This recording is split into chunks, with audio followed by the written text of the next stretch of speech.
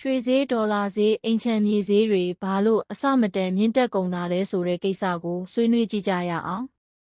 တခြားဟာတွေလည်းသဘောတရားအတူတူပဲဖြစ်လို့နမူနာအနေနဲ့ရွှေကိုပြောပြပါမယ်ရွှေဆိုတာအန္တရာယ်ကင်းပြီးအမြင့်ရစေတဲ့စုဆောင်းမှု self-happiness ဖြစ်လို့လူတွေကဝယ်ယူစုဆောင်းကြတယ်ပေါ့ဒီအထီးကမှန်ပါတယ်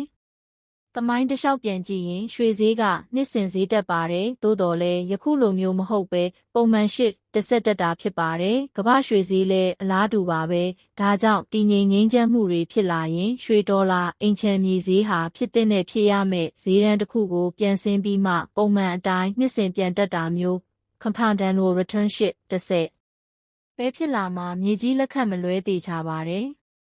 ယခုလက်ရှိလိုမျိုးအစာပေါင်းများစွာဈေးတက်နေတာကမတည်ငြိမ်မှုမြင့်မားတဲ့အန္တရာယ်များတဲ့ဈေးကွက်အခြေအနေ volatility ပဲဖြစ်ပါတယ်။ဝယ်ယူစုဆောင်းသူတွေအတွက်အလွန်အန္တရာယ်များပါတယ်။ဒီလိုဘာကြောင့်ဖြစ်ရလဲဆိုရင်အဓိကအကြောင်းရင်းတစ်ခုကဈေးကစားခြင်းတဲ့လူတွေရဲ့လောဘကြောင့်ပါ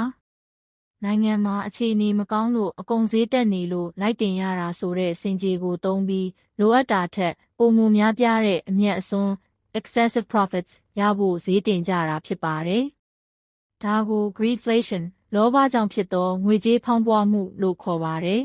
။မကြာခင် greedflation ဖြစ်အောင်လှုံ့ဆော်သူတွေနဲ့လုပ်ရက်တွေအဆုံးသတ်ပြီးပုံမှန်ဖြစ်လာမှသိကြပါတယ်။မိတ်ဆွေတို့ရဲ့ဆွေးနွေးမှုတွေကိုလည်း comment မှာဖိတ်ခေါ်ပါတယ်ဗျာ။